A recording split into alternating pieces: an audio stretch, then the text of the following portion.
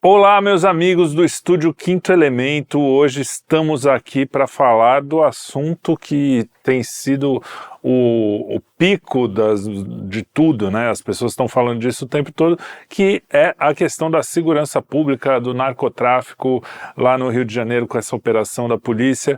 E, claro, para falar desses assuntos eu tinha que trazer aqui um carioca, né? Que é o Arthur.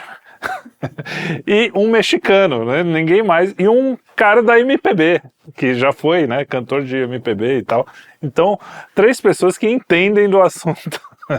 Mas brincadeiras à parte, porque é um assunto um pouco sério, um pouco não, bastante sério, mas tem muito mais coisa do que a gente imagina. Eu estava conversando aqui, como sempre eu faço, com o Lorenzo, nosso querido Lorenzo, e o tamanho são tantos assuntos que eu nem sei se a gente consegue falar tudo hoje, porque é muita coisa, são muitas janelas que se abrem, você tem desde o micro até o macro, né, a coisa da geopolítica mundial. Então, eu já vou deixar você começando a falar. Muito bem-vindo, professor, como sempre.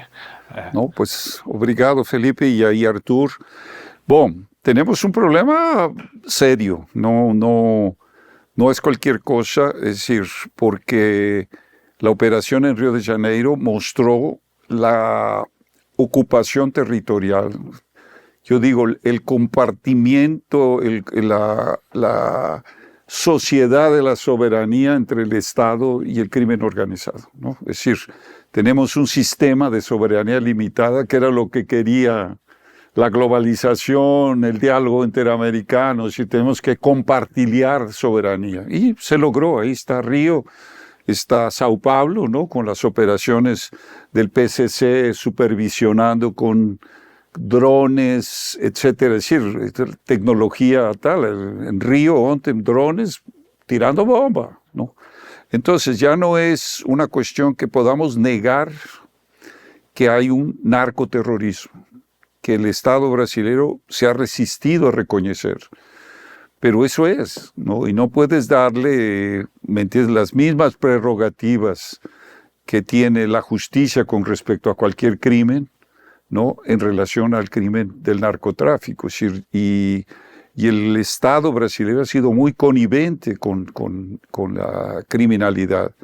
Entonces, eso en el micro se muestra claramente una cuestión que vamos a analizar en la situación de macro. Nos vamos a Venezuela, Colombia, México, etcétera, y vamos a ver exactamente el mismo fenómeno. Es decir, aquí el PCC en alianza con algunas fintechs, ¿no?, lavando dinero, y en un cierto sentido el Banco Central protegiendo, ¿no? Son crímenes no de los bancos, sino de los cuentavientes, ¿no? Es así como estuviera diciendo Lula que los criminosos son víctimas de los consumidores, ¿no? Entonces los bancos son víctimas de los cuentavientes que lavan dinero, como si no hubiera una reglamentación, una responsabilidad. A clásica inversión, ¿no?, de exactamente, tudo. Una inversión de valores, ¿no? Entonces eso es simplemente increíble. Ahí aquella operación de la Policía Federal, ¿no?, como era Carbono, no sé qué, la operación que hizo el PCC. Carbono oculto. Eso. Y entonces ahí se mostró claramente lo que significa esto, ¿no? Ahora, hay un estudio de la Universidad de Cambridge de este año que se llama Gobernanza Criminal en América Latina, Prevalencia y Correlatos. ¿Y qué es lo que dice? Que Brasil tiene 26% de su población. Estamos hablando de más de 50 millones que viven bajo las 4 líneas, no de la Constitución, sino las 4 líneas del crimen organizado. É uma constituição paralela, né? Com seu tribunal, es un estado paralelo, tudo, ¿no? Es un estado paralelo y no se puede hacer una connivencia con eso. Entonces, 1/3 de los municipios de Amazonia legal, el narco, el crimen organizado, emprega más que los propios municipios, que las actividades económicas. Y para agravar de esto, tienes el IBAMA, la FUNAI, la policía, la Policía Federal o la Seguridad Nacional persiguiendo a los productores en Amazonia, ¿no? Entonces, las operaciones de la FUNAI y del IBAMA generan criminalidad porque a la hora de que tú evitas la posibilidad de tener actividad real, abres inmediatamente para que el crimen organizado tome eso. Ahora, eso está claro, es decir, ya te dices 26%, entonces es guerra. No puedes resolver más. ¿Cuándo vas a entrar en guerra? Cuando haya 50%, porque la economía se está fundando. Si ves el orzamento cada vez más se está restringiendo en relación a lo que va para los juros, ¿no? Y los gastos, podemos decir, que son obligatorios, ¿no? Entonces, estamos en una situación extrema. Eso es el micro, podemos decir, de la situación de Río, de Sao Paulo, de los Maranhão, cartéis. Ceará. Pero la Amazônia está controlada por el Comando Vermelho E é o que você falou, né? O cara que trabalha certo, ele tem a polícia em cima para não poder fazer o garimpo, criar gado e não sei o quê. O cara que trabalha errado vive tranquilamente porque... Exactamente. Entonces, hay más policía en la Amazonia persiguiendo la actividad económica que la policía que debía estar defendiendo, de estar auxiliando las operaciones de ONTEM en Río de Janeiro. Es decir, la seguridad, es decir, el número de miembros de la seguridad federal en Río es menor que lo que hay en la región amazónica. Entonces, es una inversión total de valores, ¿no? Entonces, eso es, podemos decir, una realidad. Ahora, si vas a México, hay un estudio recién que muestra que hay el narco o el crimen organizado tiene 175,000 empleados. Eso hace 3 años. ¿Quién sabe hoy? Tiene 200,000. Emplea más el crimen organizado que Pemex o la Comisión Federal de Electricidad, que es equivalente al sistema eléctrico. Enel, aquí, Eletropaulo. Eletropaulo es antiguo. Exactamente. Entonces, hay una situação simplesmente que se perdeu o controle, não? Ô, Arthur, agora entra aqui na conversa. Eu vou te perguntar, mas depois você pode também perguntar para o professor. Eu vou fazer mais ou menos minha última participação aqui, a não ser que eu tenha alguma dúvida. Mas essa história toda aí, a gente vê esses movimentos do tipo o STF proibindo de entrar no morro, agora o pessoal falando que a gente pediu ajuda 2 vezes, o governo não quis ajudar, a gente agiu à revelia. A gente fala isso, ouve isso desde há muito tempo, né? A questão do Foro de São Paulo, quando o Olavo falava, a gente ouvia essas coisas. Me parece um movimento assim, não é um acidente. Realmente a intenção mesmo é essa, né? Não é assim, eles são incompetentes, ou eles são burros, Não, ao contrário, a intenção é chegar lá, ou é impressão minha? E aí você está livre para falar. Chegar nisso, nessa situação do crime toma conta, do narco-estado. Eu achei durante muito tempo, Trelli, que talvez por ingenuidade, eu caí nessa conversa de que o crime sobre narcotráfico, né, era quase que fosse como pequenos pecuaristas, né, brincando assim, pequenas produções, né, um cara tem uma pequena fazendinha, e aquilo não era organizado, e a organização se dava mais pelo tráfico de armas, mas hoje, eu não tenho dúvida, pelo que a gente vê, que é um estado de coisas que, sem dúvida, para mim, nenhuma, absolutamente nenhuma, ele é planejado.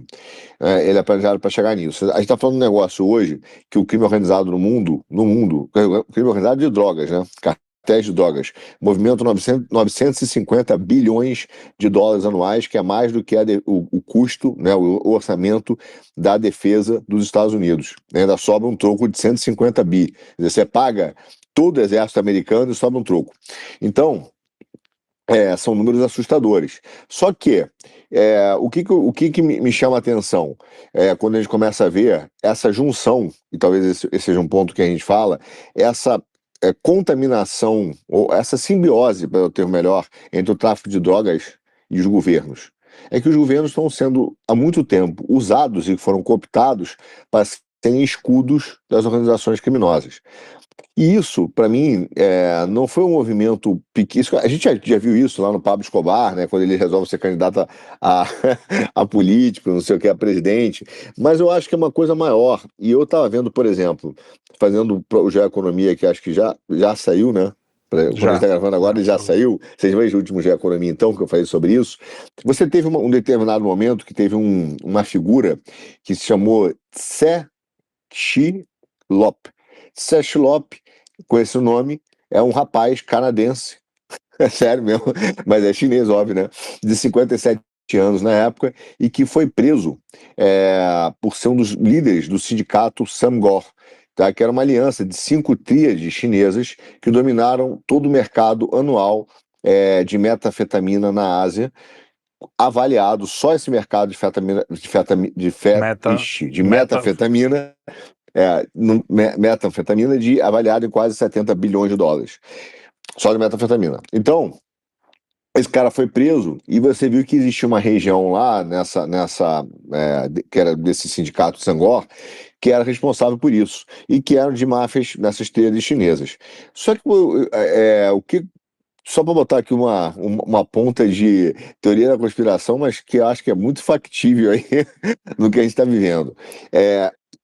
De onde veio o século de humilhação? Quando começa o século da humilhação chinesa? Ela começa exatamente da Guerra do Ópio, né? Do uso do ópio para poder dominar a China, e que virou a guerra, e que então a turma que o professor Lorenzo gosta, né? Que é as elites britânicas, ganharam a guerra e implementaram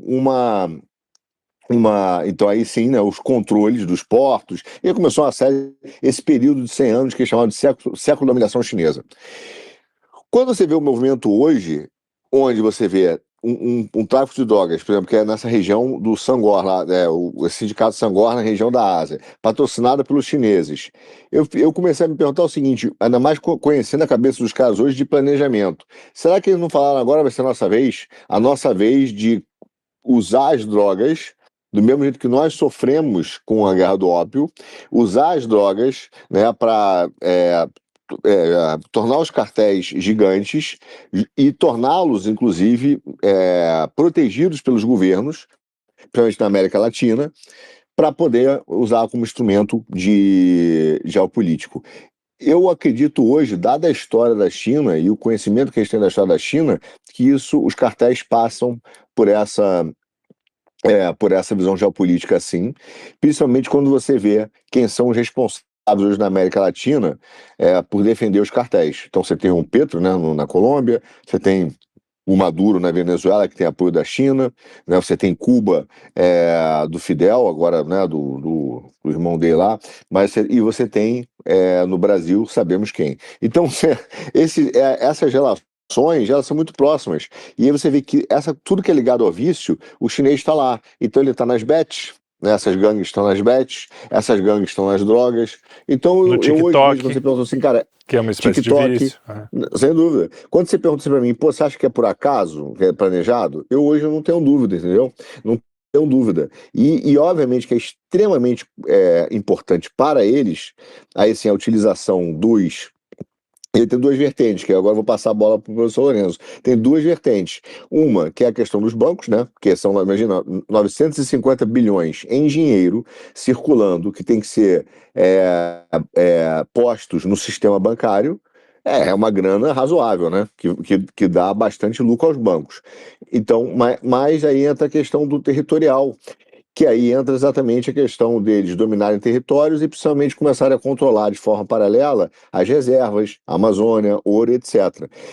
E aí eu queria te fazer uma pergunta sobre o México, porque quando o Trump agora falou que ia sentar o cacete na Venezuela, né, por causa da questão do tráfico de drogas, a sua presidente lá, a Cláudia, levantou e falou, não, isso é um absurdo. Trump, você não pode fazer isso, etc. Você acha que ela fez isso por quê? Com medo dela ser a próxima?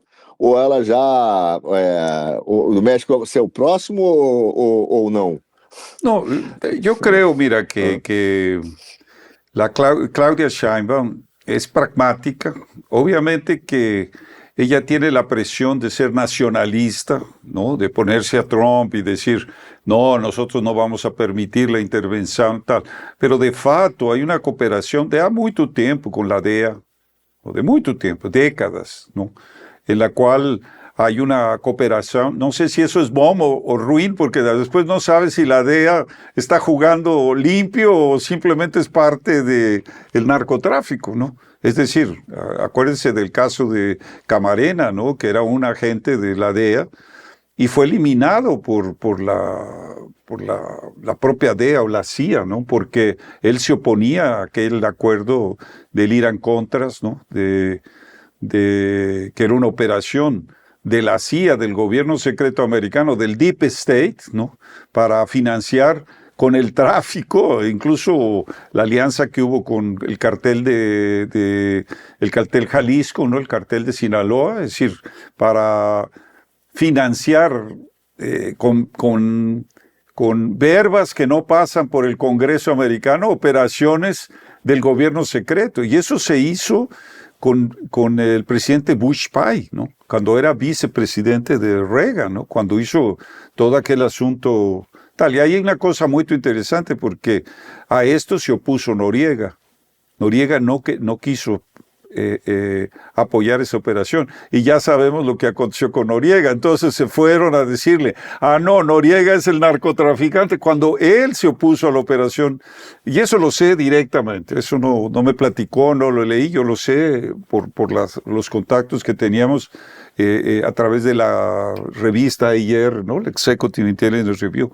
Entonces, yo creo que hay, en el caso de Claudia Sheinbaum, responder a su base electoral, eso le da popularidad, ¿no? Decirle no a la política intervencionista de Trump, etcétera. Es decir, y ahí uno se va a la cuestión macro, y antes quería decir, por ejemplo, uno piensa que el Comando Vermelho es una cuestión de Río de Janeiro, y se esquece que el Comando Vermelho tiene un eje de tráfico con Pará, con la ciudad de Belén, y que maneja el narcotráfico de drogas de Colombia, de Bolivia, etcétera, etcétera, hacia el Caribe. Es decir, ya no estás hablando de un comando que está en las favelas de Río de Janeiro, no, o el PCC, que tiene supervisión de drones para ver las autoridades carcelarias y puede eliminar autoridades, ¿no? Es decir, tú estás hablando de una estructura transnacional.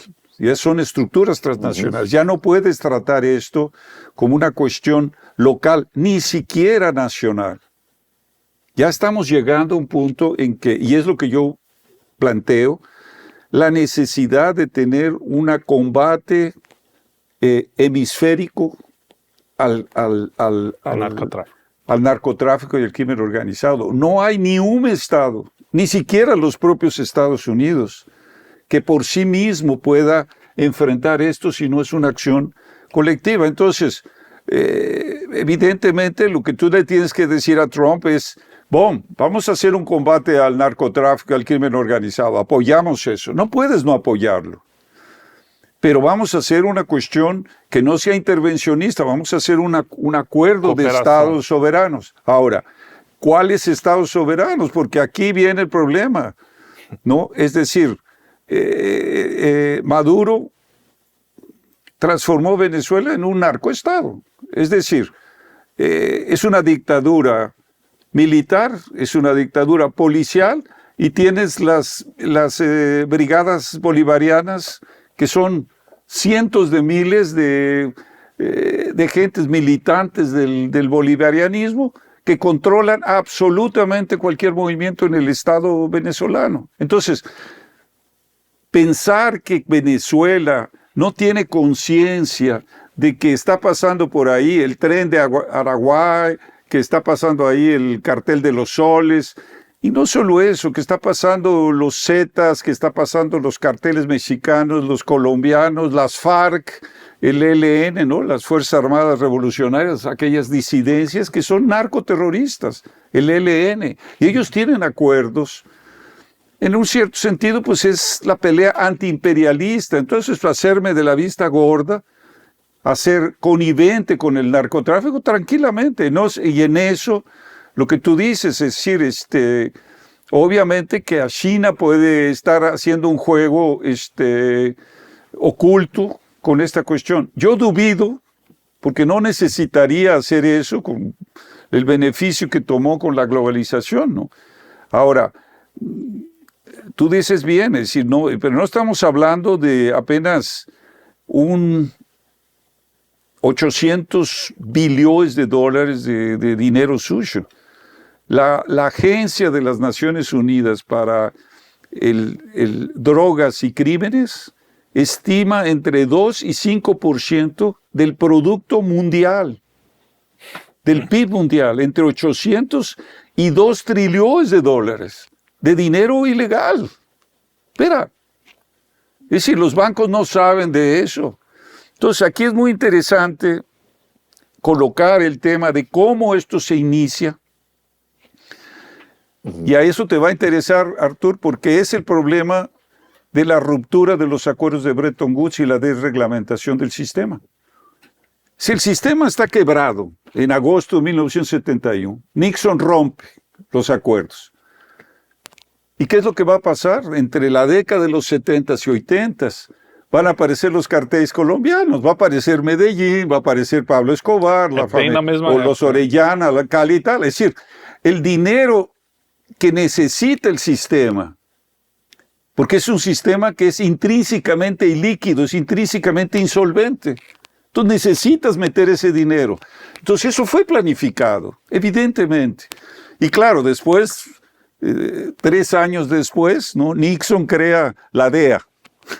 Es decir, crearon el problema, la libertad de los capitales para ingresar ese dinero. No. Entonces, entre la década de 70, es decir, el Bretton Woods, a los 80, se establecen los grandes carteles. Ahí aparece Medellín y Cali. Ahí aparece lo primero.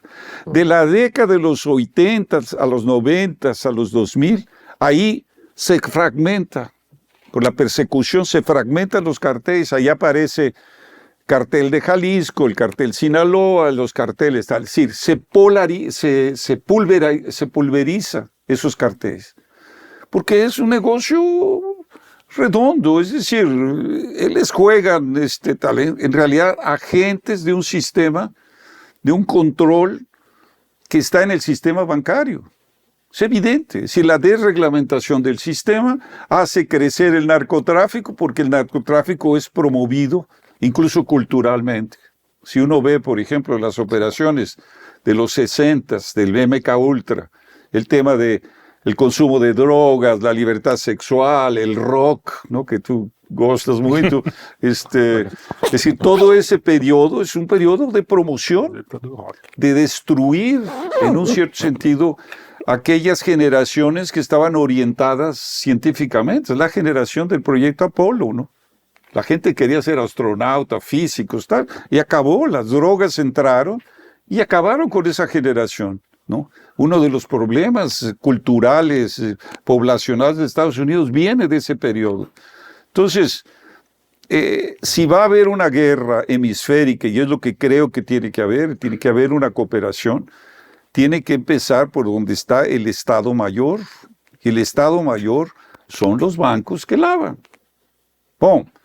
La guerra del opio, tú estás mencionando, hubo 2 guerras del opio en el siglo XIX. ¿Y qué surge de la guerra del opio? El HSBC, el Hong Kong Shanghai Bank Corporation. Es decir, se entrega a Hong Kong porque es uno de los pagos que hace China al Imperio Británico, ¿no? Hong Kong vira ese centro de lavado de dinero y ahí vas a tener Anglo American controlando el comercio de oro y de Beards en lo de diamantes, que era la forma de lavar dinero de ese periodo. Hoy es otra cuestión.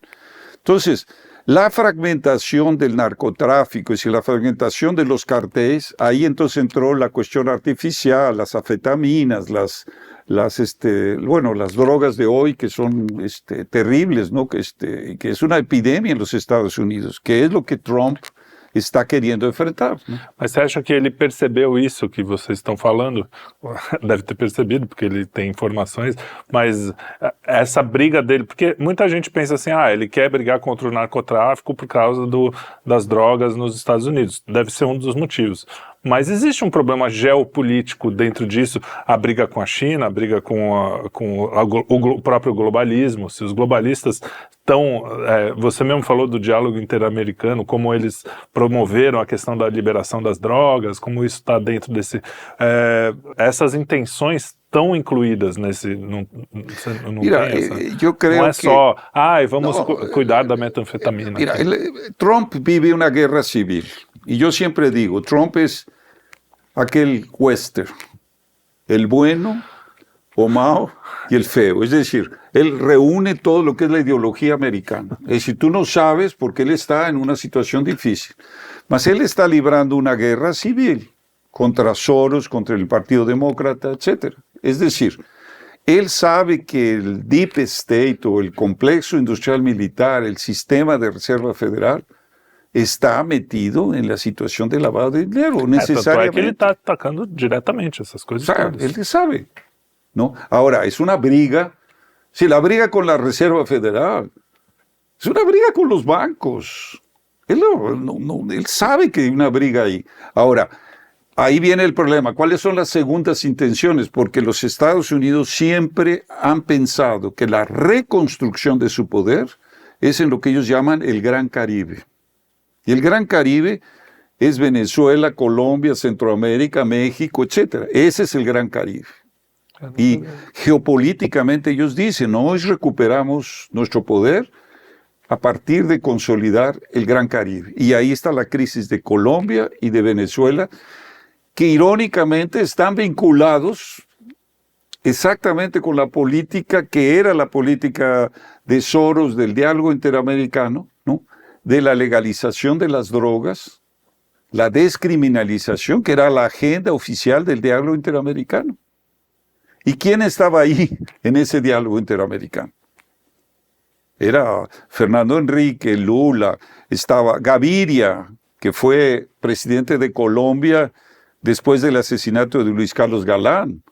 Estaba Zedillo, después del asesinato de Donaldo,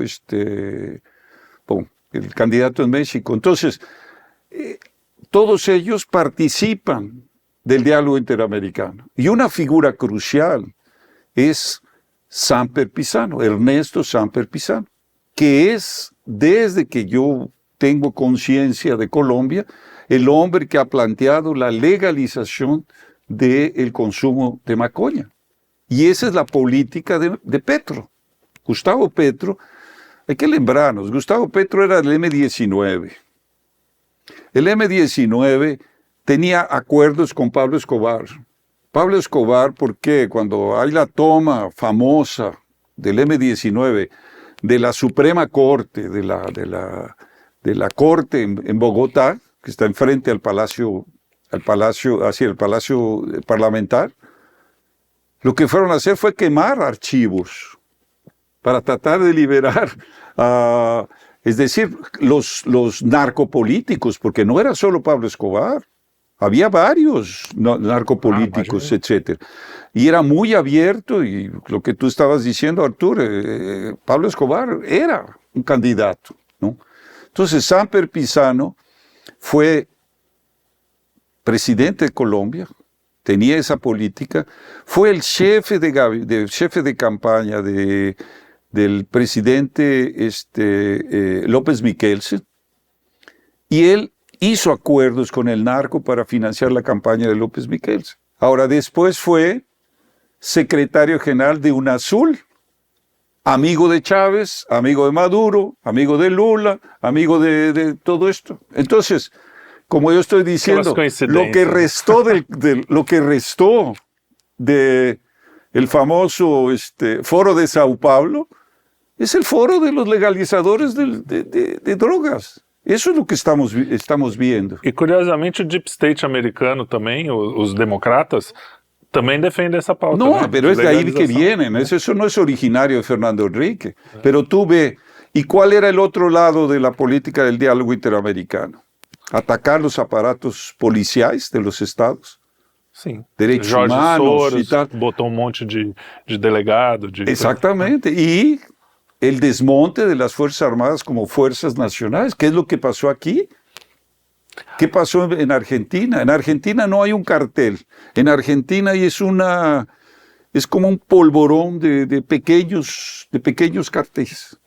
No hay uno que tú dijeras esto, sino posiblemente está Comando Vermelho, PCC, otros carteles, porque ya es, ¿cómo te puedo decir? Se pulverizó. El Comando Rojo, ¿no? No, lo que fuera. ¿Me entiendes? Entonces, por ejemplo, el Comando Vermelho surge en las prisiones de Río de Janeiro por la relación que había con líderes de izquierda, ¿no? E eles adoptam a questão, por isso o vermelho.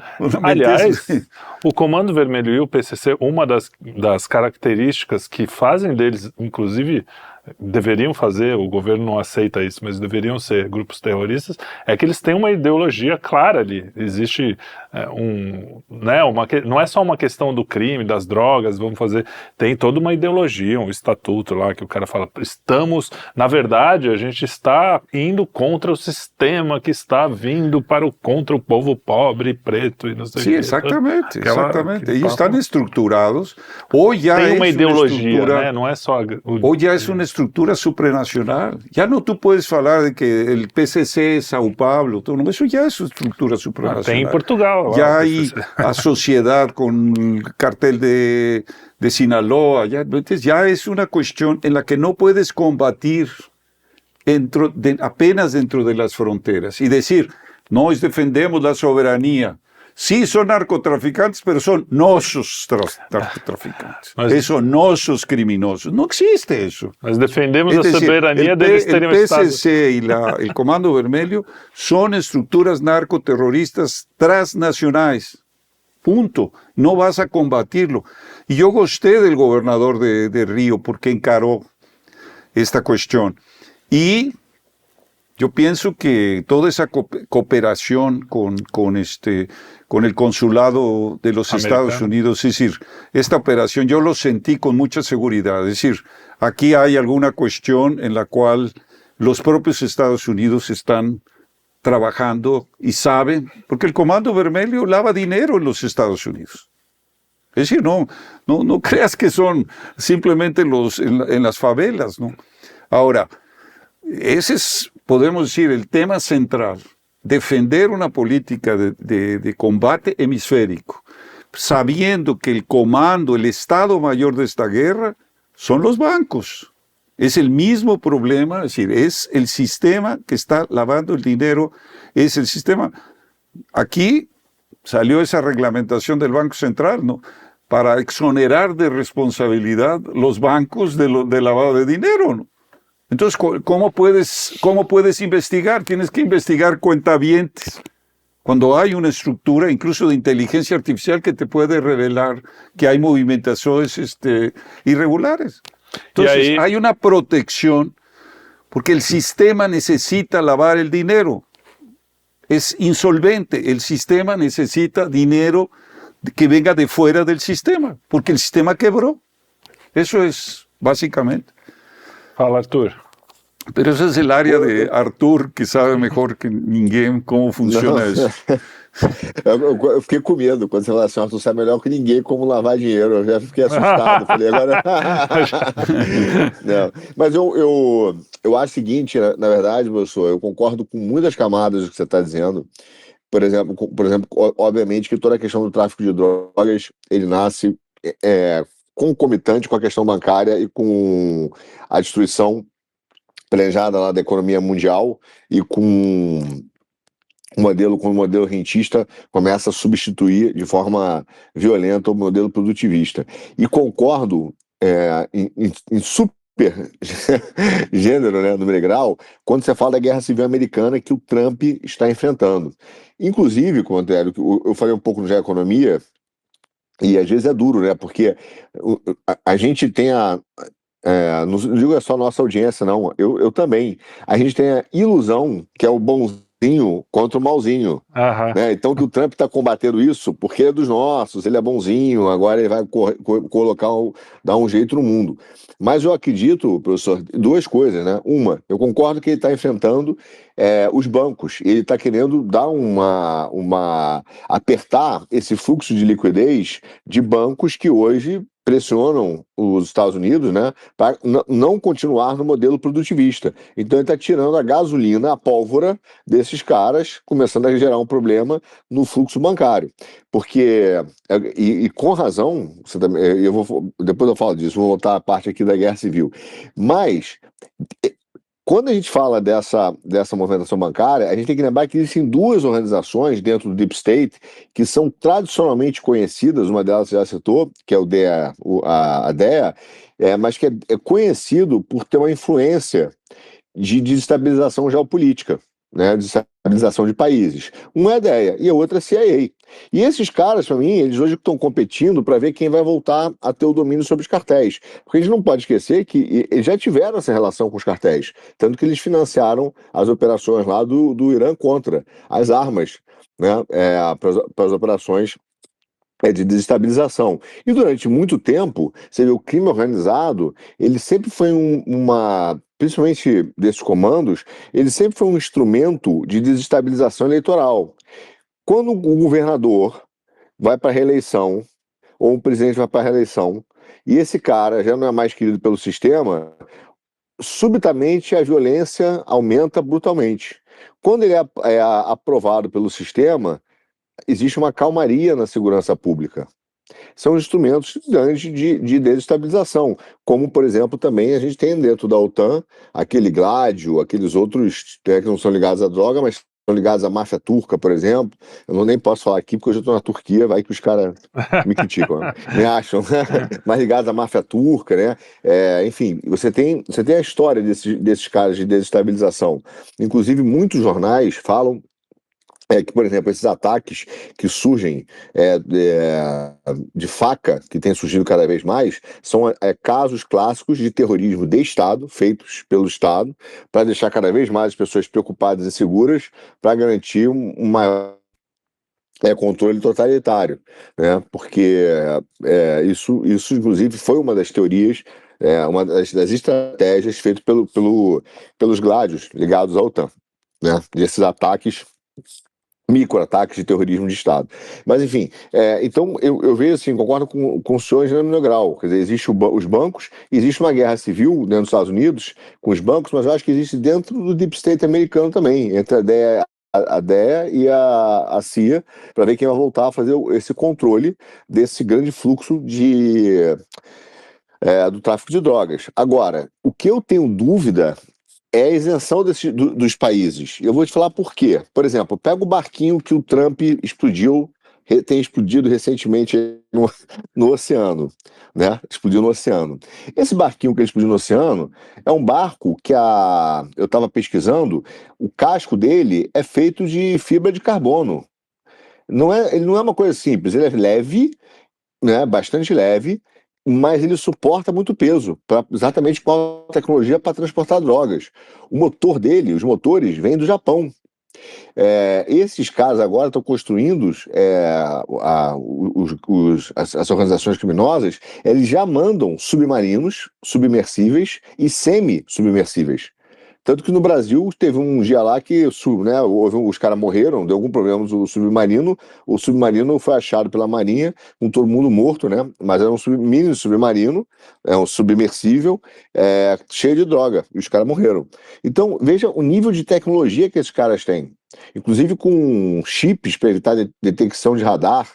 Quer dizer, achar que é o Oruan que fez isso, eu acho que é impossível. Quer dizer, você tem uma proteção de alguns países em relação a isso. Porque você precisa de fábrica, você precisa de gente trabalhando, você precisa de tecnologia, você precisa de cientistas, você precisa de gente com com cabeça, né, para criar isso.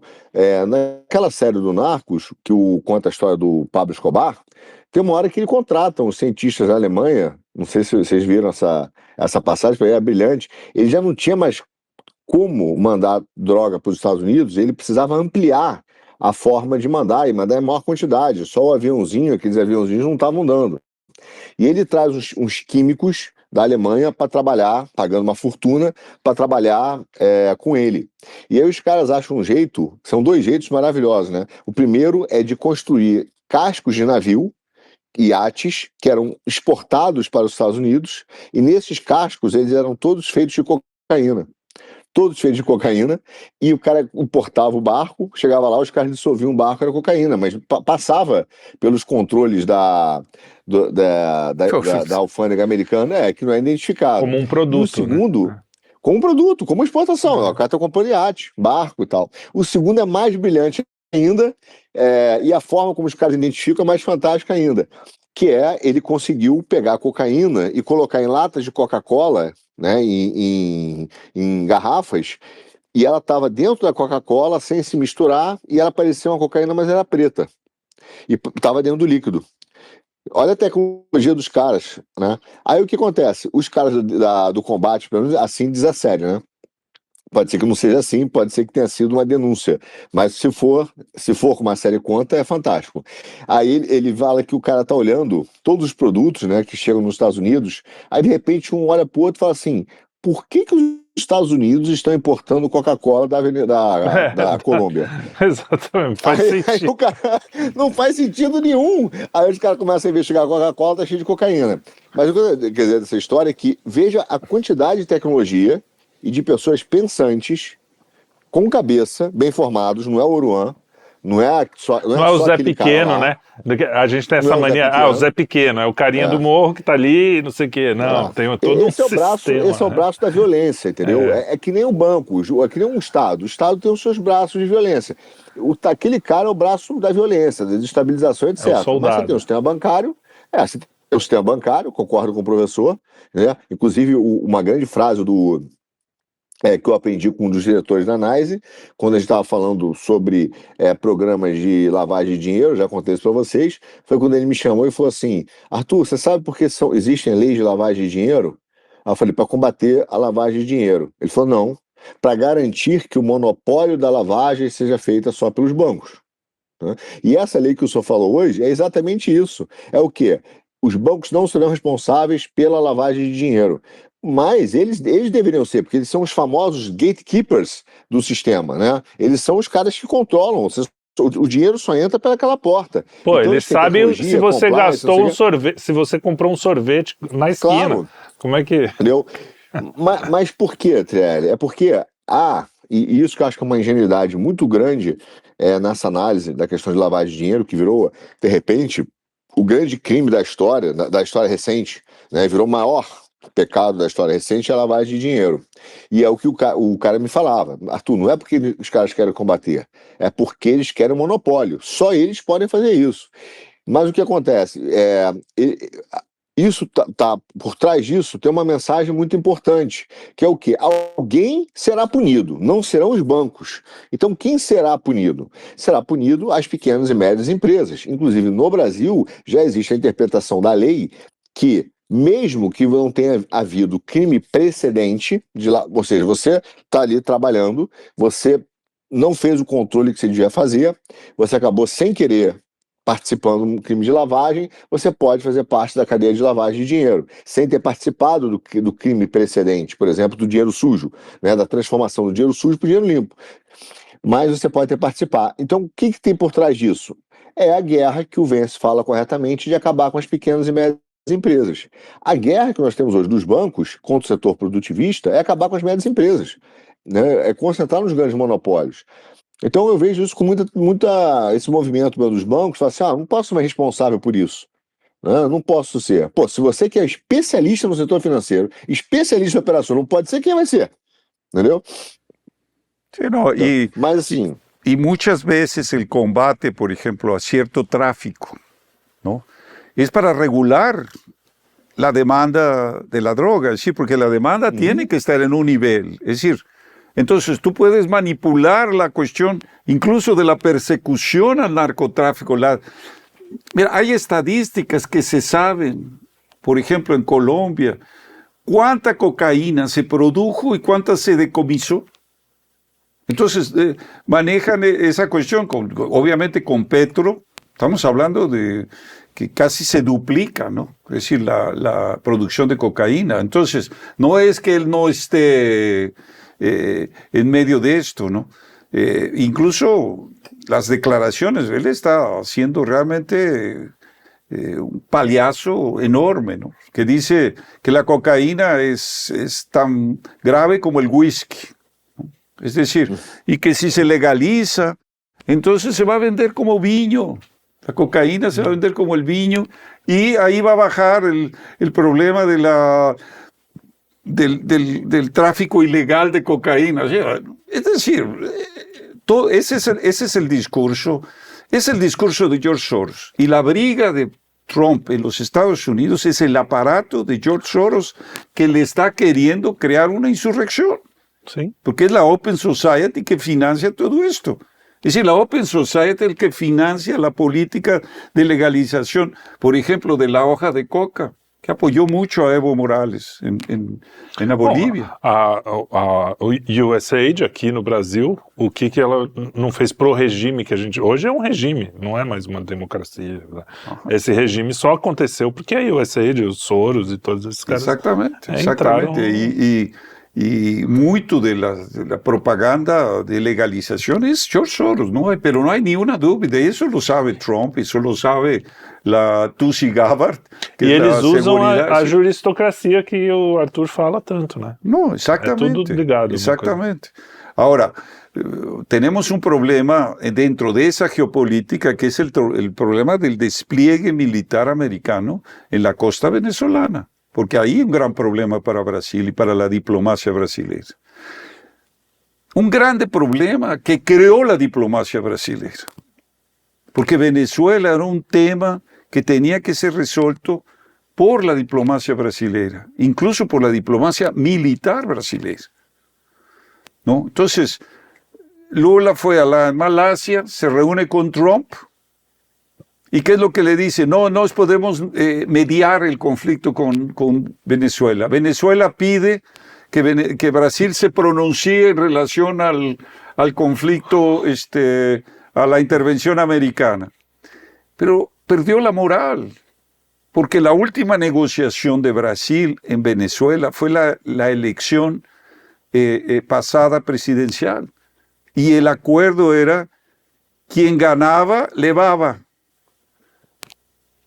Maduro perdió y perdió feo, destruyó las actas y la diplomacia brasilera que maneja es una diplomacia partidista, es una diplomacia del PT, que es Celso Amorín, que es el que maneja la diplomacia brasilera, y se omitieron del problema. Dejaron que el problema se desenvolviera y permitieron, en un cierto sentido, en ese vacuo, que los Estados Unidos entren y decir, esperen aquí, no estemos información del tráfico en Venezuela, etcétera, etcétera, es decir, contra Maduro, se tiene la información de Gustavo Petro, son reales esa información. Ahora, es motivo para poder tener una presencia geopolítica, pero espera, este es un estado que hace frontera en la Amazonia, y la Amazonia está dominado por el Colmado Vermelho y el PCC. Entonces, tú tienes un gran problema. ¿Qué es lo que Brasil debió de haber feito el año pasado? Nicolás, el acuerdo era quien ganaba, levaba. Así que te tienes que retirar porque estás robando la elección. ¿Qué es lo que va a mediar hoy? ¿Qué va a mediar hoy Lula con Nicolás Maduro? ¿Qué es lo que va a ofrecer? Es decir, aquí hay un problema de una realidad que no es negociable. Es decir, la solución, en mi punto de vista, hay mucha gente que dice, no, estás apoyando entonces el chantaje de Trump, etc. No estoy apoyando el chantaje de Trump. Se tiene que cumplir el origen del problema. Y el origen del problema es que Nicolás Maduro perdió demostrable la elección y tiene que retirarse. Isso é do normal. E a diplomacia, para qualquer pessoa que até jogou videogame, eu tinha aquele Civilization que eu gostava muito, a diplomacia é confiança. Se você fala uma coisa e faz outra, a sua diplomacia acabou. E o Brasil sempre foi bom de diplomacia. Lo que yo dije el año pasado, se desmoralizó la diplomacia. Itamaraty, que tiene todo ese prestigio, se vino abajo. E é um prestígio de centenas de anos, né? Jugaron no con una diplomacia de Estado, jugaron con una diplomacia de partido. Y entonces, estás pagando la consecuencia de eso. ¿Qué es lo que se va a pasar? No sé porque no estamos por dentro, pero aquí hay un problema de que aquella aparente química, no sé si es fetamínica, entre Lula y Trump, va a resultar en una cuestión positiva, o esto va a voltar al tema político, que es lo que yo acredito. Y este asunto de la operación en Río de Janeiro es un indicio de que estamos llegando nuevamente al problema político entre el gobierno de Trump y el gobierno de Lula. Eso es lo que me parece. Ué, mas eles não se abraçaram, não estavam felizinhos? Bom, mas ¿qué es lo que querías? Trump es muy hábil. Lula atacó a Trump en el discurso de la ONU.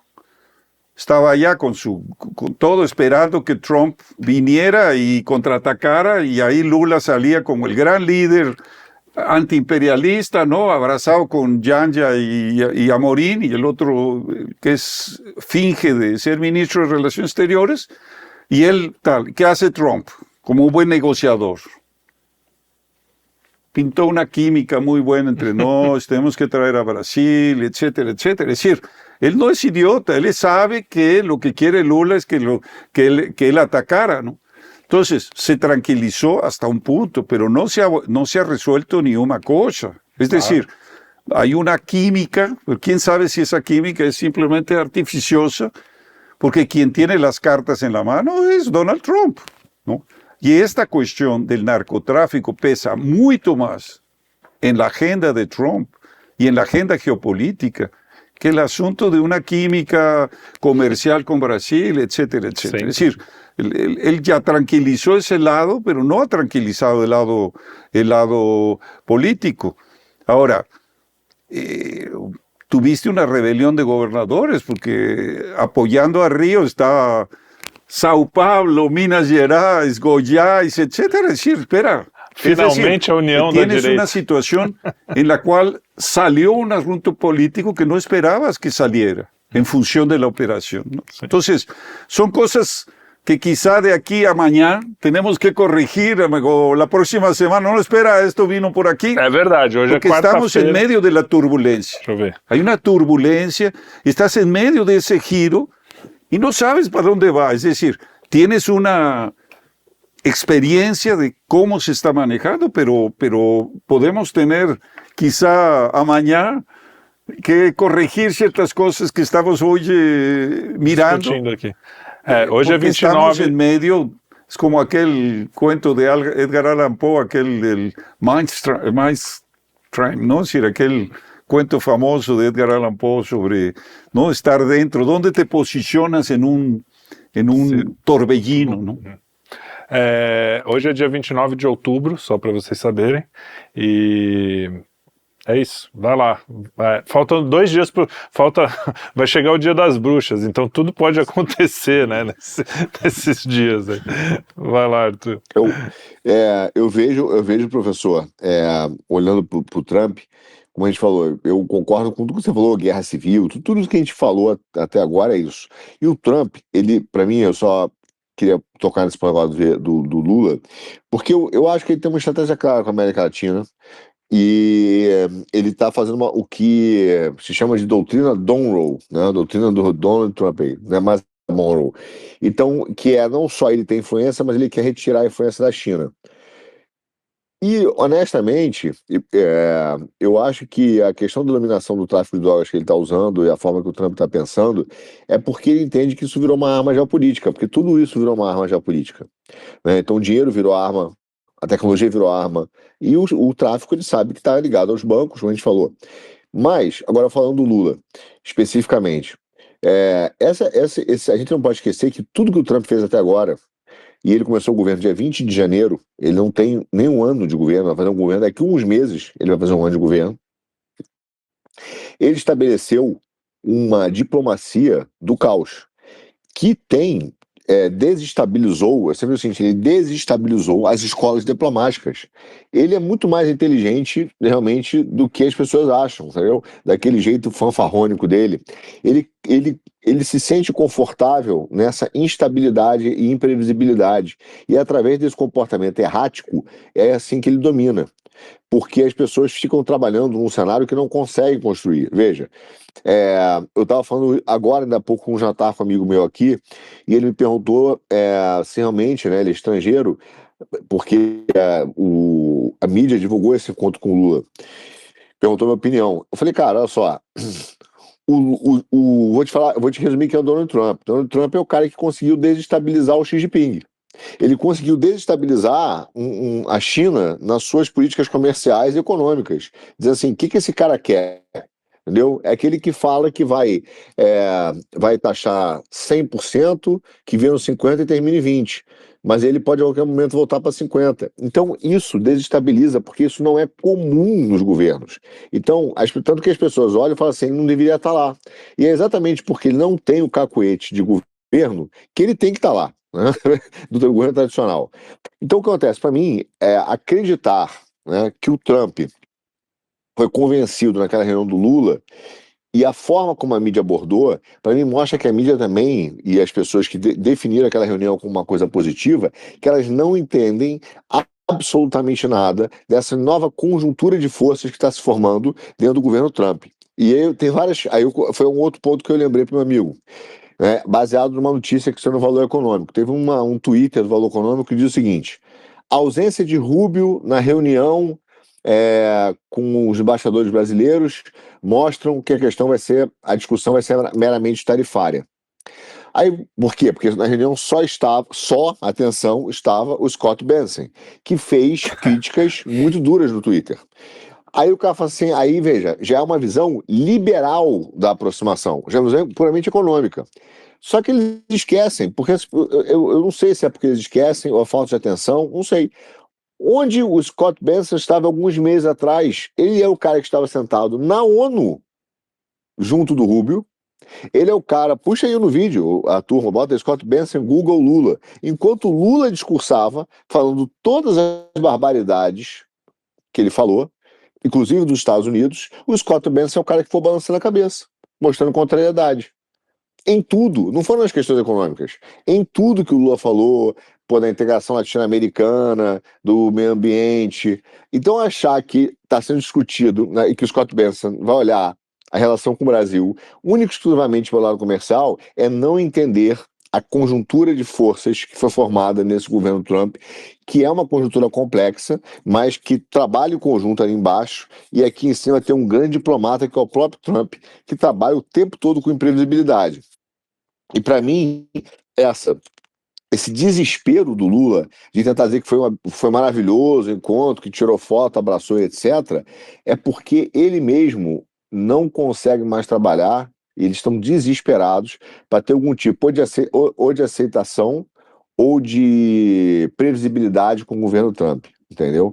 Isso aqui é o que me parece. E veja, onde foi o encontro?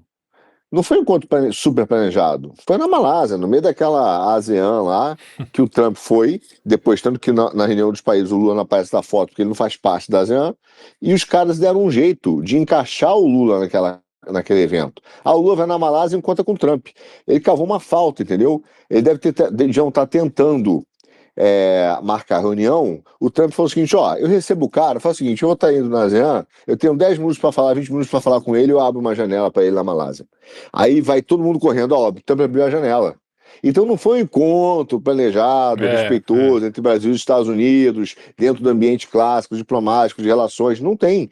Entendeu? Então, eu acho que todos os sinais, claro que até pela imprevisibilidade do Trump, até pela imprevisibilidade, tudo pode acontecer, inclusive ele tirar a tarifa, entendeu? Ele abraçar o Lula, mas eu vejo assim, que olhando A o quadro da probabilidade é imprevisibilidade pequena, dele, cara, é nada. Ele é aquele cara que faz o acordo com. Ele é o cara que marcou em outubro, por exemplo, tem essa reunião agora com o Putin, né, para discutir com a Ucrânia.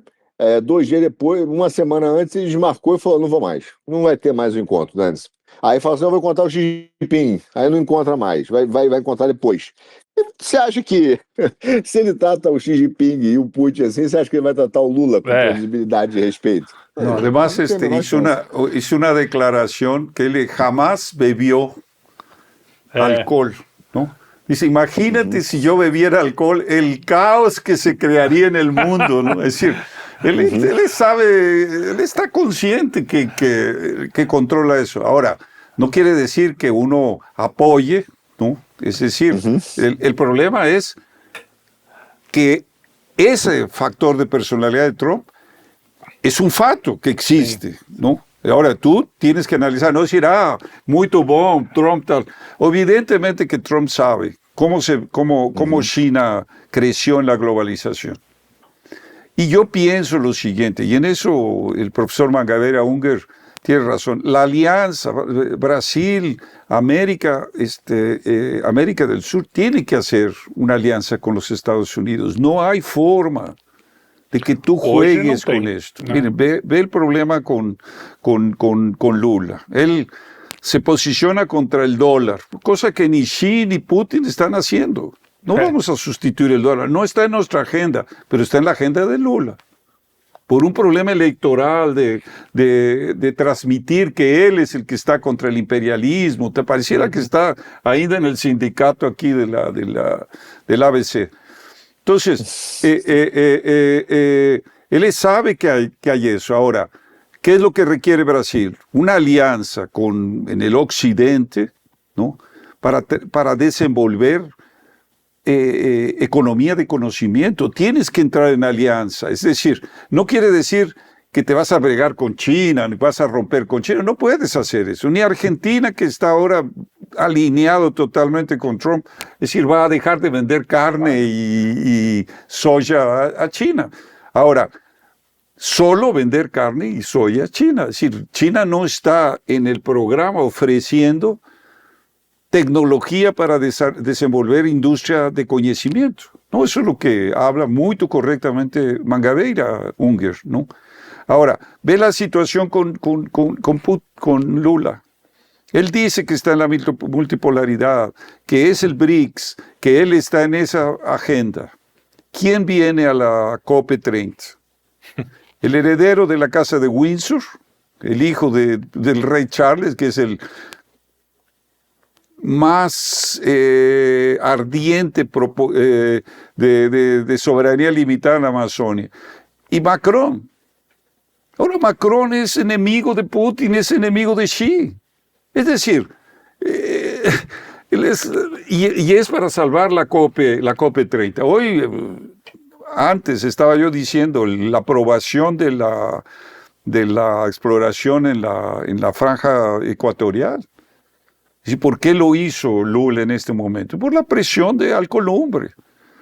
Alcolumbre es el que está queriendo la exploración más que ninguém, que es una cosa positiva y que hay que apoyar. Pero ¿cuál es el poder de Alcolumbre? Que él es el presidente del Senado y por ahí pasa la amnistía general, por ahí pasa la posibilidad de hacer un impeachment en el Supremo, etcétera, etcétera. Ese es el poder de Alcolumbre. Y es ahí que se dio Lula. A 2 semanas de la COP o 3 semanas de la COP, tiene que autorizar una cosa que es obvio que hay que hacer, que es la exploración de Petrobras de esa faja tal. Y el problema es que pasando la COP, el Congreso va a revertir los vetos a la ley de licenciamiento ambiental, que no lo está haciendo ahora, para que no llegue a la COP totalmente esvaciado, ¿no? Pero ya con el asunto que pasó aquí en Río, la COP llega lastimada. Claro. La notícia de Brasil não é a COP30, é a questão de la... Aliás, o timing da COP está excelente, porque essa semana, ontem, anteontem, esses dias agora, da gravação, lembrem-se, o Bill Gates falou, olha, sabe esse negócio de aquecimento global, a gente talvez tenha exagerado um pouco, não é bem assim. O Bill Gates, que era a Greta Thunberg masculina, né? Ou feminina, no caso dele, que ele é meio sem testosterona. Né? Essa COP vai ser tão empolgante e tão importante quanto uma reunião de condomínio. É, meio isso. Não vai servir para nada, é uma reunião de condomínio. Nada, ela simplesmente virou, comecei a falar em o rolê mais micado. Sabe aquela coisa que você, já marquei, você sabe que vai ser mó mico, mas puta, já marquei, vamos lá, vai. Eu já confirmei presença. Quem sabe se não é o baile de la isla fiscal, não? Que seja, para toda esta política. Es decir, yo estoy viendo que se perdió el control. Se perdió el control, esta operación. Es decir, hay una revolta de gobernadores por cualquier razón. Es decir, y ahí está la prensa diciendo la derecha está apoyando la operación, los gobernadores. Espera, es São Paulo, es Minas y Río. Não é essa direita. Ahora, e es Goiás, não? Porque esse está aí. É que para eles qualquer Ciro Nogueira já é direita, né? Também. Para a imprensa. Aliás, a imprensa tá. É isso que o Arthur falou agora. Eu duvido, quer dizer, não dá para duvidar, porque a ignorância desses caras pode ser tão grande quanto a sacanagem deles. Mas como é que um cara como eu, que sou um sujeitinho brasileiro aqui, moro em São Paulo, não sou um grande estudioso de geopolítica, eu sei como o Trump age nessas situações. E a Globo News, que tem uma equipe incrível de milhares de pessoas, não percebe que o Trump, isso é jogada dele, que é o jeito dele de fazer política, que ele se abraça e sorri até pro Kim Jong-un lá. Então, assim, esse tipo de coisa é que você vai falando, pô, a única dúvida que a gente tem é se eles são burros mesmo, ou se a sacanagem é tão grande que o cara vê uma coisa e fala outra de sacanagem. Eles seguem uma pauta. Ou os dois, seguem uma pauta que é efímera. ¿No? Es la que decía, creo que era Bento XVI, ¿no? Dice, ¿cuál es el poder de la prensa? El poder de la prensa son las 8 columnas del día. En la tarde ya eso ya no cuenta. Entonces el Jornal Nacional está funcionando en base a la efemeridad, es decir, es algo que va a pasar. Entonces, cuando tú dices la verdad, y ese es el propósito, me imagino, del quinto elemento, a pesar de que puedes errar, puedes errar en decir las cosas, pero al buscar la verdad, hay un dicho que se llama bonum est diffusibus sui. El bien se difunde a sí mismo. Es decir, cuando tú difundes, porque a veces la gente nos pregunta, bueno, ¿y cómo es que influyeron? ¿Cómo es que participaron de esto? No, simplemente decíamos la verdad, nunca nuestra intención fue mentir, ¿no? Entonces la verdad va tomando, es increíble cómo es que funciona, porque eso se va reproduciendo. Bonum est diffusibus sui. Isso aí. Y ese es un lema importante, decir, el bien se difunde a sí mismo. É bom para a vida, inclusive, né? Muito bem. Eu acho que tem mais alguma coisa? Vocês querem fechar com alguma coisa rapidinho aí? A gente já chegou nas 1h e pouco. Eu acho que já falamos, como diz o nosso querido Luigi, esgotamos o assunto. Né? Esgotamos o assunto. Não, a gente abriu. Esgotamos el asunto. Abrimos muitas portas. De los asuntos, ¿no? Yo pienso que, yo ya comenté, tenemos que tener una reunión, digo, no presencial, pero por lo menos una vez cada 15 días, una vez tal, en que podamos uma conversa dessa aqui, que no sea un tema específico, sino que cuál es la situación, estrategia, Ucrania, tal, Medio Oriente, tal, es decir, abierto, porque yo acho que está viendo, la gente tiene sed de conocer las cosas, de esta manera, ¿no? De buscar la verdad. ¿No? buscando a verdade dentro da realidade também, né? Não na nossa narrativa ou na narrativa de não é um programa teológico, é um programa geopolítico. Sim, muito bem. Geoeconomia. Muito bem. Geoeconômico. Por cierto, que está saindo já o segundo livro de Arthur, que está ficando muito bom. Aliás, um nome que pegou, né? A primeira vez que vocês falaram geoeconomia, eu falei, pouca coisa estranha. Já tem gente falando geoeconomia, não sei o que. Né? Não, já virou aqui no Financial Times, demorou muito, mas não foi pela gente, óbvio, né? Foi. Que você acha que é o centro do mundo, né? Mas Financial Times assiste o Quinto Elemento, sem dúvida. Sem dúvida. Bom, a geoeconomia que eu criei, não, mas era um nome que já existia, óbvio, mas ele não era tão divulgado, era mais geopolítica, né? E no momento em que começou a tudo virar arma, e arma econômica, principalmente a armamentização, digamos assim, da economia, e aí isso começou a pegar, mas o Financial Times demorou muito para adotar o geoeconomia. Ele usava mais geopolítica e tal, mas aí ele não aguentou. Ele até escreveu, acho que no final do ano passado, no início desse ano. Você mandou pra gente. Tipo assim, agora a geoeconomia chegou para ficar. Aí eu brinquei, falei, eles nos assistem e tal. Teve gente que acreditou que era com a gente, né? Óbvio, mas pero además de publicar eso de geoeconomía como un libro, revista regular, ¿no? Porque tiene que ser temático, ¿no? Tem muito assunto, entonces, né, hoje em dia. Va numerado, y la gente de aquí a poco va a decir, no tengo el 1, no tengo el 2, no tengo esto, es decir, porque el problema no es apenas coyuntural, ¿no? Eso es lo que gostei desse projeto, Arthur, de verdade. Muito bem. Não, tá legal. Mas assim, as pessoas, então, agora que você meio que contou, eu também tenho dúvidas, porque eu ganhei o meu primeiro livro, eu recebi ele físico, mas aí eu botei uma foto, eu tive no Instagram muitos pedidos de pessoas querendo saber onde comprava, como é que comprava. Aí o nosso editor falou, não, a gente não vai vender por enquanto. Aí eu falei, mas a gente vai fazer o que com o livro? Ninguém me contou ainda. Quer dizer, eu escrevi o livro, não sei o que vou fazer com o livro. Não, vamos sortear, até onde eu sei vai... Eu distribuí por lo menos 100 copias. Yo distribuí 100 copias al círculo de la capa del Movimiento Solidariedad Iberoamericano. Não, a gente esse livro é que nem o mimeógrafo. Como recebe, Sabe como é que a gente fazia as coisas no mimeógrafo quando a gente era da faculdade, assim? É meio que esses livrinhos. Sí, lo que es importante, si la gente no paga, no aprecia, aunque sea poco. É verdade. O que solicite formalmente el libro, ¿me entiendes? Es decir, para que se le mande, pero tiene que haber una intencionalidad, si no, no funciona. Yo como aprendiz de editor, aprendi isso, não, nada de graça. Vamos descobrir, então, no próximo programa a gente avisa vocês. Como é que vai ser? Porque eu também não sei, mas eu recebi o físico, né? Eu vi a capa e tal, eu postei uma foto. Aí várias pessoas mandaram mensagem no Instagram, onde compra, como é que faz? Aí eu falei, parece que não vai ser vendido, mas várias pessoas me perguntaram como é que ia ser, eu não tenho ideia também. A gente vai descobrir e fala para vocês. Falando em... É tudo marketing, sabe? A gente vai...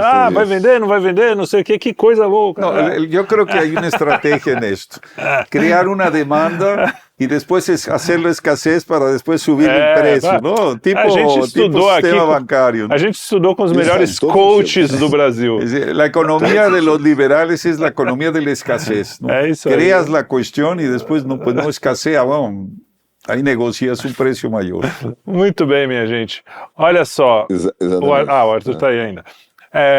Muito bem, muito obrigado, Arthur, muito obrigado, Lorenzo. A gente sempre, um prazer fazer esse papo, porque amplia muito os horizontes, pelo menos para mim, espero que para vocês também. E não deixe de nos seguir, de compartilhar, de comentar. E olha, a gente tem um site que é estudio5elemento.com, que você pode entrar lá e todos os nossos conteúdos, não só... Porque às vezes você assiste aqui no YouTube e tem um monte de coisa que sai lá no Instagram, ou então tem coisa que é só texto, tem muita coisa que a gente faz que é só texto. Então, no estudio5elemento.com você consegue centralizar tudo que a gente produz, está tudo lá. Então, vai lá, dá uma olhada, deixa nos seus favoritos aí. Eu sei que pouca gente hoje em dia usa a internet desse jeito, mas lá é um jeito que a gente achou de centralizar o nosso conteúdo, tá bom? Então, um grande abraço para vocês, muito obrigado. Obrigado a todos vocês também. Obrigado. Até a próxima.